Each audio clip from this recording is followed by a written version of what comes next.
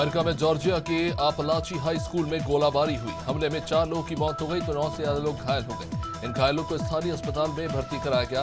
Police ने कत्ल के सिलसिले में 14 साल के लड़के को गिरफ्तार किया है, जो कि वहीं का छात्र है। घटना स्कूल विंडर शहर में हुई।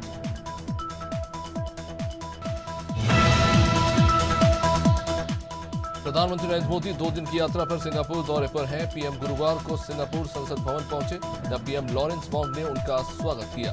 पीएम मोदी ने सिंगापुर के प्रधानमंत्री से कहा कि आपके प्रधानमंत्री पद संभालने के बाद ये हमारी पहली मुलाकात है।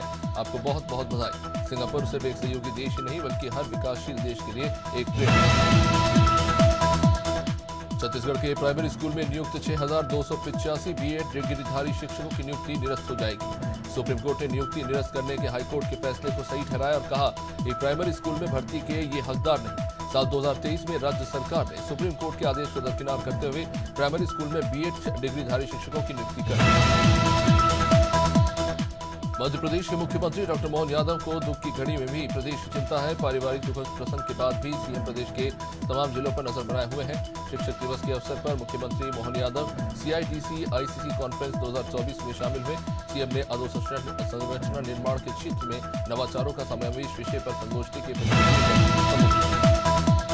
विश्व की सबसे बड़ी पार्टी बनने के लक्ष्य के साथ बीजेपी ने देश भर में महासदस्यता अभियान की शुरुआत की। खेरागढ़ में भी ये अभियान जिला बीजेपी कार्यालय में शुरू हुआ। इस मौके पर सदस्यता अभियान के प्रभारी और पूर्व विधानसभा अध्यक्ष गौरी शंकर अग्रवाल भी शिरकत करते नजर आए। उन्होंने बताया कि ये सदस्यता अभियान 2 सितंबर से प्रधानमंत्री की सदस्यता से शुरू हुआ। बीजेपी के सदस्यता अभियान को लेकर रुड़की जिला कार्यालय पर बैठक का आयोजन हुआ, जिसमें राज्य कैबिनेट मंत्री गणेश जोशी ने कार्यकर्ताओं को दिशा निर्देश दिए। मंत्री गणेश जोशी ने कहा कि एक ऐसा अवसर है जब हम अपने संगठन को मजबूत बनाने के लिए इकट्ठा हुए। इस मौके पर उन्होंने तमाम पदाधिकारियों से ज्यादा सदस्य बनाने की अपील की। लखनऊ में यूपी राज्य वर्ग आयोग के अध्यक्ष राजेश वर्मा का स्वागत किया गया। अध्यक्ष राजेश वर्मा का बीकेटी में बीजेपी कार्यकर्ताओं ने फूल माला पहनाकर स्वागत किया। आपको बता दें कि राजेश शर्मा लखनऊ से सीतापुर जा रहे थे।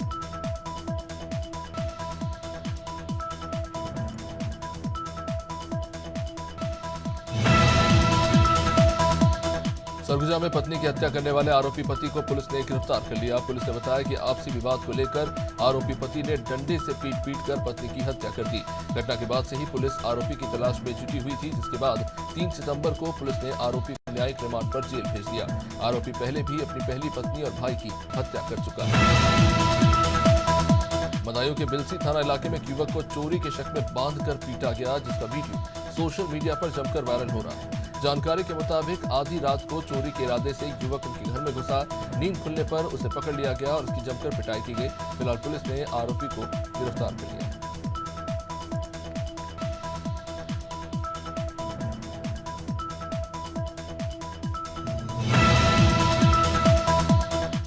दिल्ली में अपराधियों के हौसले बुलंद होते नजर आ रहे हैं। बदमाशों ने फिर से गोलीबारी की घटना को अंजाम दिया। नरेला थाना क्षेत्र के स्वतंत्र नगर गोंडा रोड पर वीर बिल्डिंग मटेरियल के मालिक के ऑफिस पर ताबड़तोड़ फायरिंग की गई, जिसमें एक व्यक्ति की मौके पर ही मौत हो गई तो वहीं 2 लोग गंभीर रूप से घायल हो गए, जिन्हें अस्पताल में भर्ती कराया गया।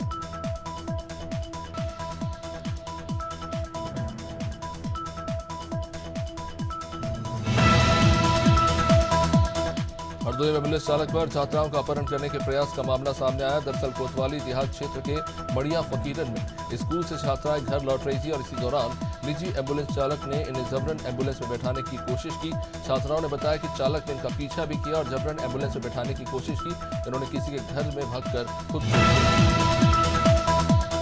छत्तीसगढ़ तेलंगाना बॉर्डर पर पुलिस और नक्सलियों के बीच मुठभेड़ हुई। बताया जा रहा है कि तेलंगाना की ग्रेहाउंड फोर्स ने 2 महिला नक्सली समेत 6 माओवादियों को मार गिराया, जबकि कुछ नक्सली घायल बताए जा रहे हैं। इलाके में जवान सर्च ऑपरेशन चला रहे हैं। मामला तेलंगाना के मुलुगु जिले का है। पुलिस को खबर मिली कि मुलुगु में गोंडाला कारकागुडे इलाके औरैया में ड्राइवर के साथ मारपीट कर कार लूटने वाले शातिर बदमाश से पुलिस की मुठभेड़ हुई। चेकिंग के दौरान जब पुलिस ने कार को रोकने का प्रयास किया तो बदमाश ने पुलिस टीम पर ही गोली चला दी। पुलिस की जवाबी फायरिंग में बदमाश के पैर में गोली लगी। मुठभेड़ के बाद पुलिस ने घायल बदमाश को गिरफ्तार कर लिया और उसे इलाज के लिए CHC में भर्ती कराया। रीवा के कुटेई इलाके में स्थित रॉयल होम रॉयल हमम स्पा सेंटर पर पुलिस ने रेड की। पुलिस को वहां आपत्तिजनक सामग्री समेत 4 महिलाएं और एक पुरुष मिले। बताया जा रहा है कि ये स्पा सेंटर लंबे समय से संचालित हो रहा था। इसमें स्पा सेंटर की आड़ में देह व्यापार किया जा रहा था। सीएसपी ऋतु उपाध्याय ने बताया कि चारों महिलाएं दूसरे शहरों से आई। महाराष्ट्र के सिंधुदुर्ग में शिवाजी महाराज की 35 फीट ऊंची प्रतिमा गिरने के मामले में कल्याण पुलिस ने मूर्तिकार ठेकेदार जयदीप आप्टे को गिरफ्तार कर लिया। 26 अगस्त को मूर्ति गिरने के बाद से आप्टे फरार था। उसे थाने से सिंधुदुर्ग ले जाया गया, जहां उसे अदालत में पेश किया जाएगा और उसकी खोज के लिए पुलिस की खास टीमें बनाई गई।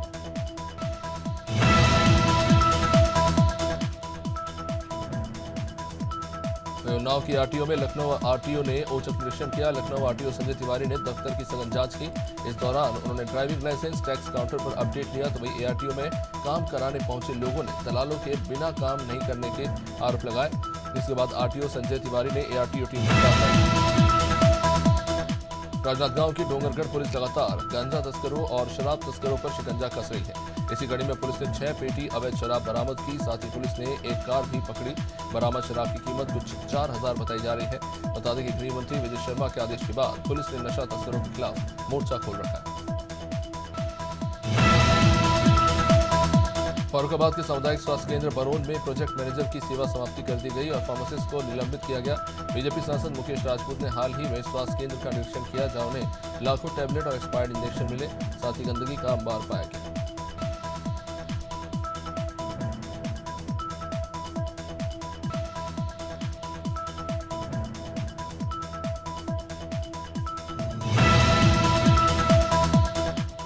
बैरिस्टर के सागौनी गांव के किसान ने पटवारी पर रिश्वत मांगने के आरोप लगाए।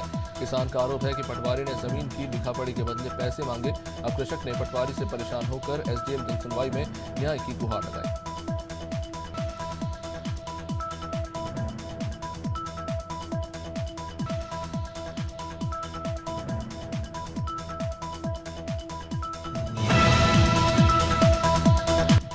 मंदसौर के शामगढ़ थाना क्षेत्र में स्कॉर्पियो और पिकअप की आमने सामने से टक्कर हो गई, जिसमें 4 लोगों की जान चली गई। यह हादसा दिल्ली मुंबई एक्सप्रेसवे पर हुआ। स्कॉर्पियो में 3 दोस्त सवार थे। इन तीनों समेत पिकअप ड्राइवर ने मौके पर ही दम तोड़ दिया। सूचना के बाद पहुंची पुलिस ने इनके शवों को शामगढ़ शासकीय अस्पताल पहुंचाया। राजस्थान के भरतपुर से, जहां बयाना क्षेत्र में बहने वाली गंभीर नदी में एक बुजुर्ग चरवाहे की डूबने से मौत हो गई। मृतक की पहचान सालाबाद गांव निवासी बलवीर सिंह गुर्जर के रूप में हुई है। मृतक मवेशियों को चराने के लिए गया था। ग्रामीणों ने शव को बाहर निकाला और पोस्टमार्टम के लिए बाद में भेजा गया। यहाँ पुलिस ने मृतक का पंचनामा बनाकर शव को पोस्टमार्टम के लिए भेजा। गोंडा में आदमखोर सीआर का आतंक है। घटना थानेपुर थाना क्षेत्र की है, जहां युवक पर सीआर ने हमला कर दिया, जिसमें युवक जख्मी हो गया। इस हमले के दौरान बीच बचाव करते हुए युवक ने सीआर को ही मौत की घाट उतार दिया। इसकी सूचना वन विभाग को दी गई।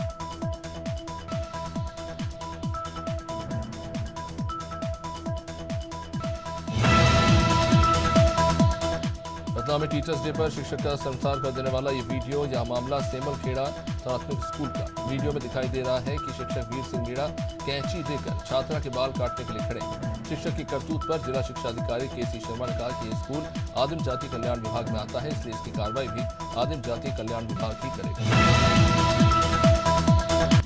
भोपाल में मेट्रो का काम होने के कारण इन दिनों ट्रैफिक जाम की समस्या बढ़ती जा रही है। जाम के कारण लोगों को काफी परेशानी हो रही है। देखने में आ रहा है कुछ ही जगहों पर ट्रैफिक पुलिस के जवान तैनात रहते हैं। ठेकेदार बिना किसी को सूचना दिए रोड बंद कर रहे हैं, जिससे जाम की स्थिति बन जाती है।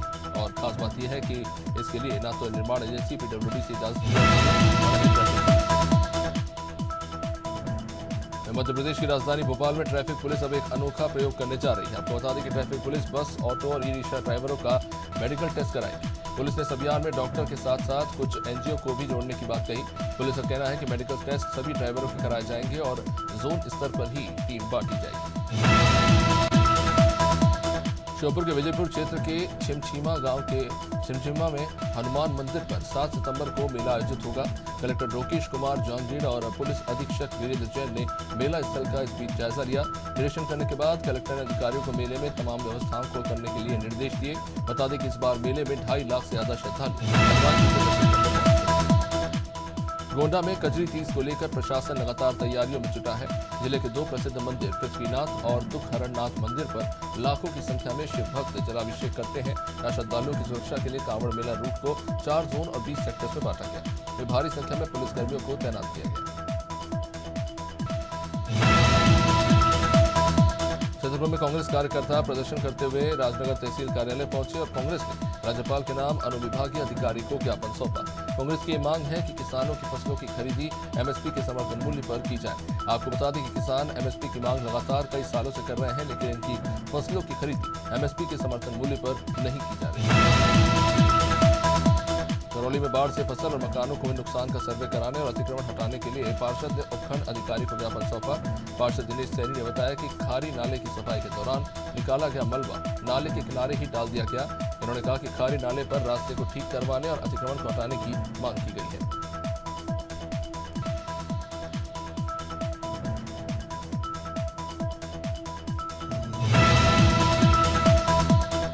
खातेगांव परियोजना के तहत सामुदायिक भवन में आंगनबाड़ी कार्यकर्ता और सहायिकाओं की समीक्षा बैठक आयोजित की गई। बैठक में जिला परियोजना अधिकारी रेलम बघेल ने शासन की योजनाओं की जानकारी ली। इस दौरान अच्छे प्रदर्शन करने वाले कार्यकर्ताओं को सराहा गया, तो वहीं कुछ कार्यकर्ताओं के खिलाफ कार्रवाई के निर्देश दिए गए।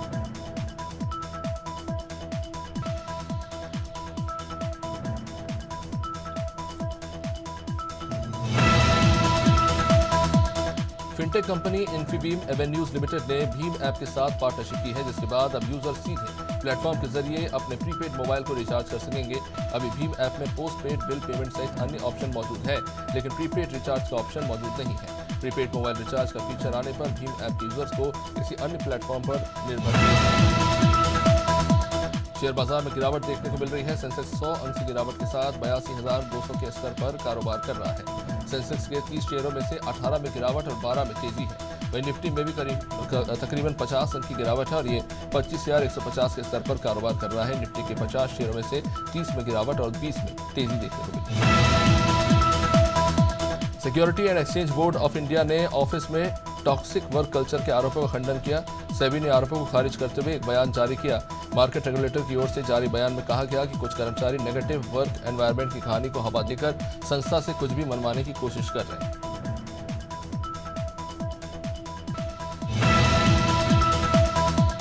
श्रीलंका के खिलाफ 3 टेस्ट मैचों की सीरीज के आखिरी मैच के लिए इंग्लैंड ने अपनी प्लेइंग 11 का ऐलान कर दिया।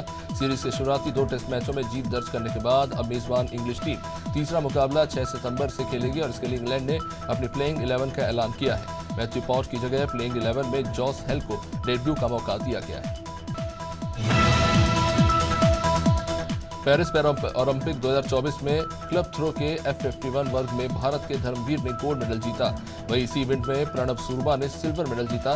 ब्रॉन्ज मेडल सर्बिया के जेल्को दामित्रेविच के नाम है। पेरिस और पैरालंपिक 2024 में भारत ने अभी तक कुल 24 मेडल जीते हैं।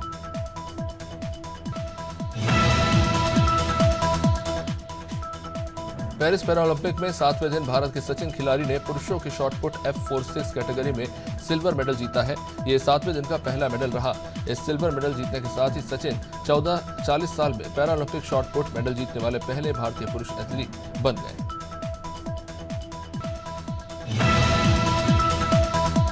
पेरिस पैरालंपिक में हरविंदर सिंह आर्चरी में गोल्ड मेडल जीतने में कामयाब रहे। हरविंदर ने पोलैंड के पैरा एथलीट लुकास सिजेक को पुरुष व्यक्तिगत रिकर्व गोल्ड मेडल जीतने के फाइनल मुकाबले में लगातार 3 सेट में मात देने के साथ सोना जीता।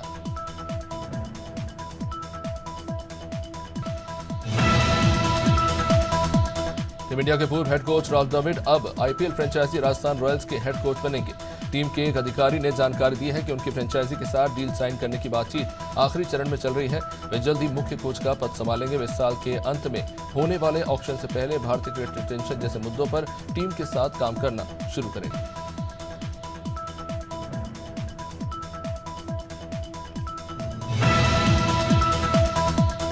पिछले 4 साल में पहली बार इंडियन प्रीमियर लीग के वैल्यूएशन में गिरावट दर्ज की गई है। लीग की वैल्यू एक साल में 10.6% गिरी है। 2023 में आईपीएल की कुल वैल्यू 92,000 करोड़ रुपए थी। 2024 में 82,000 करोड़ पर आ गई। फ्रेंचाइजी की वैल्यूएशन रैंकिंग में मुंबई इंडियंस टॉप पर है। ये जानकारी valuation service provider firm D&P advisory की स्टडी से सामने आई।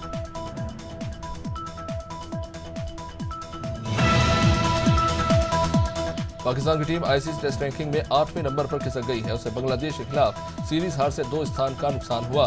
फिलहाल पाकिस्तान के पास 76 रेटिंग पॉइंट्स है। 1965 के बाद से ये पाकिस्तान टीम की सबसे खराब रेटिंग है। जारी रैंकिंग में भारतीय टीम 120 पॉइंट के साथ दूसरे पायदान पर है, जबकि ऑस्ट्रेलिया पहले पायदान पर। टीम इंडिया के स्टार बल्लेबाज और पूर्व कप्तान विराट कोहली एक बार फिर चर्चा में है। साल 2024 में सबसे ज्यादा टैक्स अदा करने वाले क्रिकेटर बन गए हैं। फॉर्च्यून इंडिया की तरफ से जारी की गई ताजा लिस्ट में कोहली सबसे ज्यादा टैक्स भरने वाले नंबर 1 भारतीय खिलाड़ी बन गए हैं। वहीं रोहित शर्मा टॉप 20 की लिस्ट में शामिल नहीं।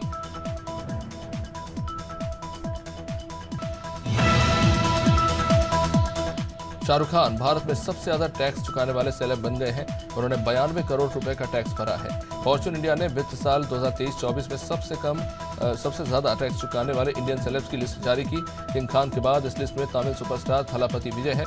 इन्होंने 80 करोड़ रुपए का टैक्स जमा किया और इस लिस्ट के टॉप 5 में अमिताभ बच्चन, सलमान खान शामिल। बॉलीवुड एक्टर अजय देवगन मुंबई की कई प्रॉपर्टीज के मालिक हैं। हाल ही में अजय ने कमर्शियल स्पेस किराए पर दिया। इसे प्रोड्यूसर कबीर खान ने 7 लाख रुपए प्रति महीने पर किराए पर लिया है। इसके लिए उन्होंने 1,12,000 रुपए की स्टाम्प ड्यूटी भी चुकाई। अजय देवगन का कमर्शियल स्पेस सिग्नेचर टावर में है।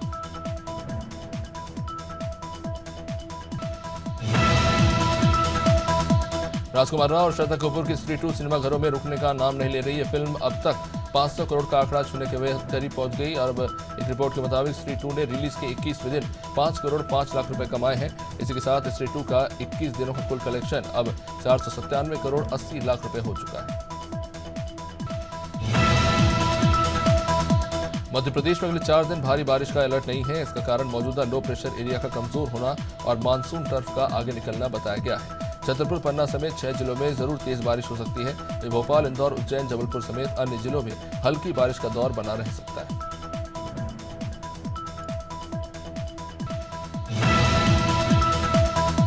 राजस्थान में भारी बारिश का दौर जारी है। उदयपुर, जोधपुर, बाड़मेर के बाद बुधवार को जयपुर, भरतपुर, सवाई माधोपुर के एरिया में मूसलाधार बारिश हुई। भारी बारिश से रेल और सड़क मार्ग पर यातायात संचालन प्रभावित हो रहा है। प्रदेश में अगले 3 दिनों में भारी बारिश का दौर जारी रहेगा। गुरुवार को प्रदेश में गंगानगर और हनुमानगढ़ को छोड़कर सभी जिलों में येलो अलर्ट जारी किया गया। छत्तीसगढ़ में बस्तर संभाग के 5 जिलों के लिए येलो अलर्ट जारी किया गया है। बस्तर समेत 5 जिलों में आज भारी बारिश के आसार है। अगले 3 दिनों तक बारिश का ये दौर जारी रह सकता है। प्रदेश में अब तक 980 मिलीमीटर बारिश हो चुकी है, जो औसत से सिर्फ 1% अधिक है।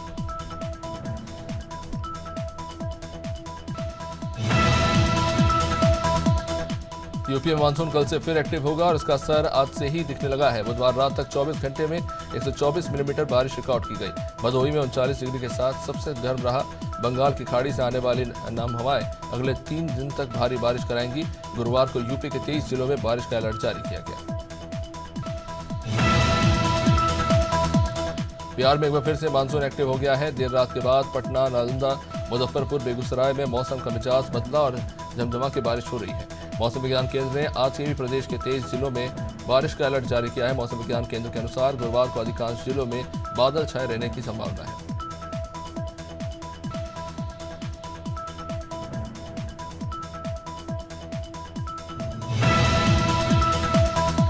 झारखंड के 10 जिलों में मौसम विभाग ने बारिश और आकाशीय बिजली का अलर्ट जारी किया। बंगाल की खाड़ी में निम्न दबाव के बनने से अच्छी बारिश हो सकती है। पिछले 24 घंटे में मानसून की गतिविधियां कमजोर रही। हालांकि राज्य के कई इलाकों में गर्जन के साथ बारिश हुई। राज्य में सबसे अधिक बारिश दुमका के मरसुजोर में 142.2 मिलीमीटर दर्ज की गई।